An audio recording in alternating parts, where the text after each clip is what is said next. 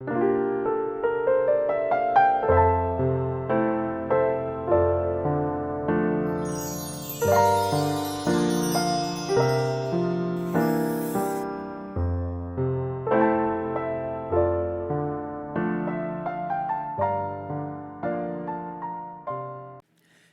7장 11절에서 22절까지 말씀을 교독합니다.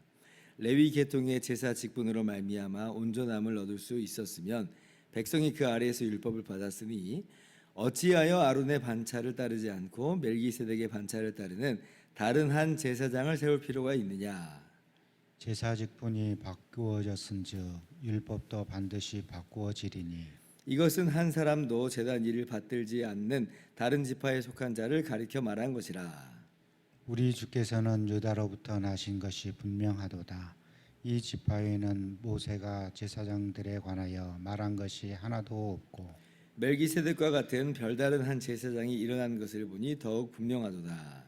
그는 육신에 속한 한 계명의 법을 따르지 아니하고 오직 불멸의 생명의 능력을 따라 되었으니 증언하기를 내가 영원히 멜기세덱의 반차를 따르는 제사장이라 하였도다.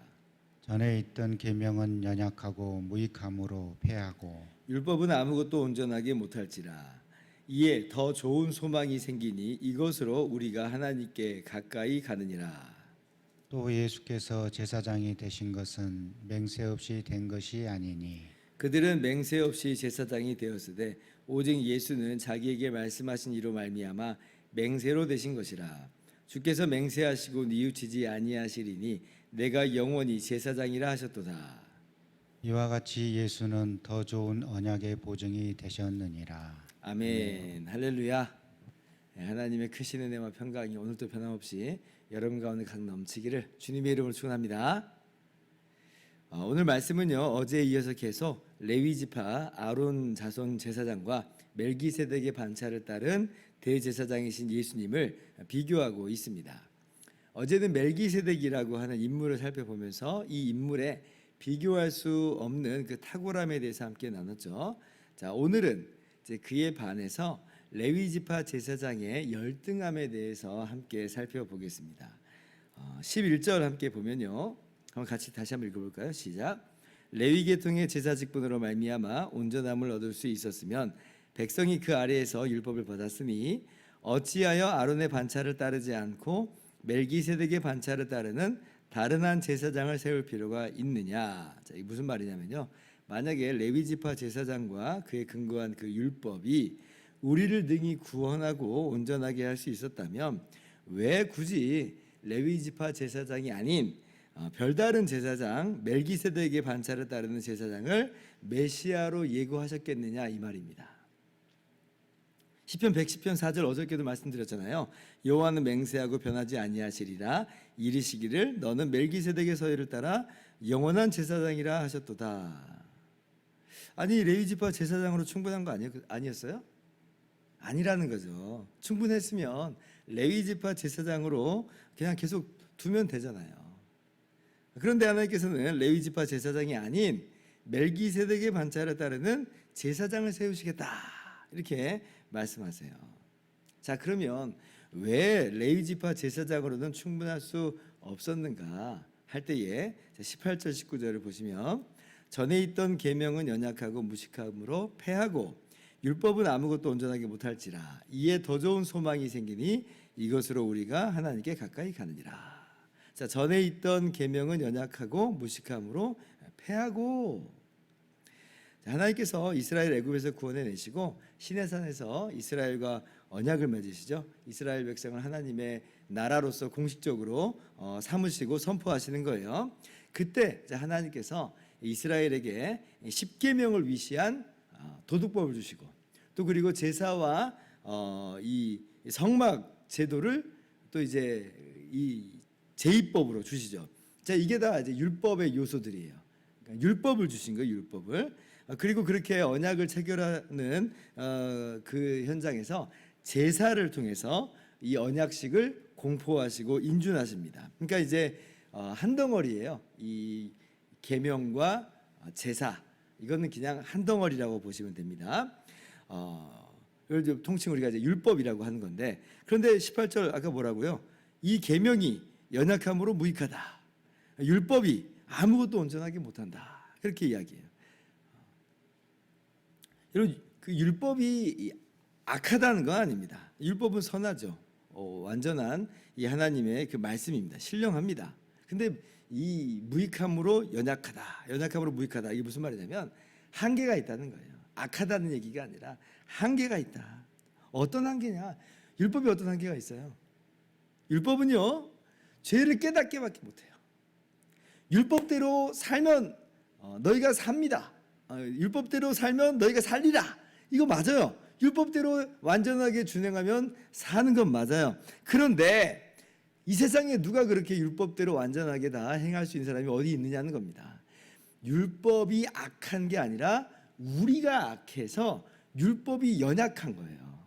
그러니까 율법은 아무리 우리에게 이렇게 하면 너희가 살 거야 라고 이야기해줘도 우리는 그렇게 살 수 없는 존재이므로, 그래서 율법은 할 수 있는 건 뭐냐면 죄를 깨닫게 하는 것, 이것밖에 못하는 거예요.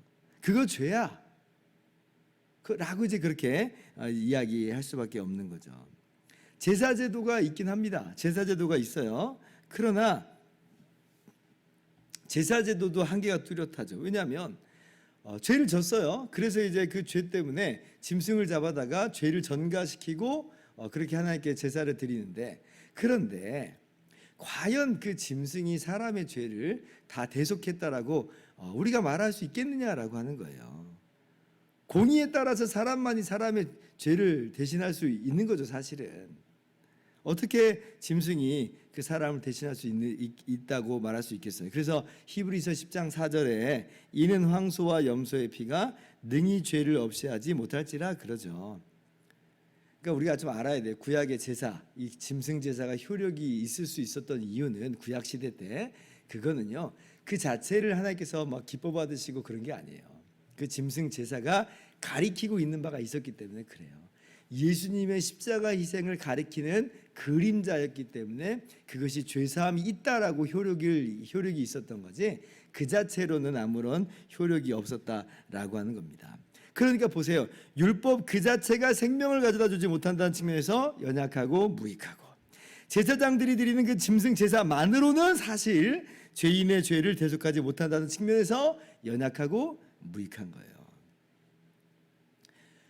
그러므로 결국 이것들이 이제 기능하는 건 뭐냐면 초등교사의 역할뿐인 겁니다. 초등교사. 그러니까 이쪽입니다 라고 이제 안내해 주는 거지, 그 자체가 구원하고 그 자체가 생명을 가져다 줄 수는 없어요. 그래서 19절에 이에 더 좋은 소망이 생기니 이것으로 우리가 하나님께 가까이 가느니라. 그러니까 레위지파 제사장으로 안 된다. 왜 안 되느냐? 그 자체로는 구원을 할 수가 없는 거예요. 자, 레위지파 제사장들의 또 하나의 열등함이 23절 이하에 이제 나오는데요. 23절 이하에 뭐라고 그래요? 그들 역시 제사장들이 뭐예요? 죄인 중에 하나라는 거예요. 죄인 중에 하나다. 그리고 27절에 계속해서 우리가 보면 자기의 죄를 위해서 먼저 제사를 드려야만 했다. 죽음의 지배를 받는 사람이었을 뿐이다. 그러니까 영원히 이제 있는 제사장들이 아니라라고 하는 거예요. 영원한 중보자가 될 수가 없어요. 23절 제가 한번 읽어볼게요. 제사장 된 그들의 수요가 많은 것은 죽음으로 말미암아 항상 잊지 못함이로되. 27절 대제사장들이 먼저 자기 죄를 위하고 다음에 백성의 죄를 위해 제사를 드려야 했다. 그러니까 사실 자기 몸 하나 건사하지 못하는 그런 존재들이 어떻게 다른 사람의 죄를 사할 수 있으며 어떻게 그들의 중보자로서 영원히 있을 수가 있느냐, 어떻게 그 영원한 구원을 보장해 줄 수 있겠느냐. 그러니까 제사장들이, 레위지파 제사장들이 중보자여 구원자의 이 직분을 온전히 사실은 감당할 수 없는 거다라고, 없는 거다. 본질상 불가능합니다. 아까 짐승 제사가 유효한 이유가 그림자라고 해서 그랬잖아요. 마찬가지예요. 이 레위지파 제사장들이 유효하셨던 이유는 뭐냐면 멜기세덱의 반차를 따라오시는 참 제사장이신 예수님의 그림자로 기능했기 때문에 그들이 유효했던 거지, 그 자체로 그들이 모든 것을 해낼 수 있는 유효한 그러한 위치는 아니었다라고 하는 거예요. 자, 그런데 그림자가 있다는 건 뭐예요? 실체가 있다는 거죠. 실체. 그러면 이제 실체가 와야 돼요. 실체가 오지 않고 영원히 그림자로 있을 수는 없는 거예요. 실체가 와야죠. 마치 모델하우스가 있는 이유는 지금 앞으로 지어지는 주택이 있기 때문에 모델하우스가 있는 거예요. 주택이 다 지어지면, 아파트가 다 지어지면 이제 모델하우스의 기능은 이제 끝난다라고 하는 거죠. 레위 지파 제사장들이 그들이 드리는 제사의 의미는 딱 그 정도입니다. 실체가 이제 오셨어요. 진짜가 오신 거예요. 멜기세덱의 반차로 오신 대제사장이신 예수님께서 바로 그 원형이고 이 실체죠. 그래서 주님께서 우리를 위해서 대신 십자가에서 죽으시고 그렇게 우리 모든 죄값을 다 치르시고 부활하심으로 그렇게 우리에게 영원한 생명을 가져다 주시고 우리로 하여금 하나님의 영원한 백성 삼아 주셨습니다. 새 언약이 세워진 거예요. 새 언약이 우리 가운데 주어졌어요. 새 언약으로 말미암아 성령으로 말미암아 우리가 새로운 피조물로 지어졌어요. 성령으로 태어났어요. 성령으로 났어요. 영원한 대제사장이신 주님의 제사로 말미암아 그 십자가로 말미암아 부활로 인해서 우리가 이 영원한 언약 가운데 생명 가운데 들어가게 됐다. 예수님이 바로 이 언약의 보증이 되셨습니다. 보증이. 그러니까 여러분 우리가 이 예수님 외에 다른 무엇을 붙잡고 살아가야겠습니까? 예수님을 붙잡고 살아가야 돼요. 다른데 우리가 한눈 팔 이유가 없고 다른 것 더 좋은 것 있나? 이리저리 기웃기웃거릴 필요가 전혀 없는 거예요. 예수님께서 비교할 수 없이 탁월하신 진정한 제사장이고 우리의 구원자요 우리의 영원한 중보자가 되어주신다. 그래서 오늘 이 아침에 다시 한번 다짐하는 것은 제가 다른 데 기웃거리지 않겠습니다. 다른 건 뭐 어디 있나 뭐 더 좋은 거 있나 그렇게 기웃거리지 않겠습니다. 오직 예수님만이 우리의 유일한 영원한 중보자요 구원자가 되시니 오직 주님만을 의지하고 주님만 붙잡겠습니다. 그렇게 다짐하면서 주께서 우리에게 주신 그 놀라운 은혜와 놀라운 사랑과 그 생명 우리가 오늘도 기억하고 감사하고 찬양하며 충만하게 누리시기를 주님의 이름으로 축원합니다. 기도하겠습니다.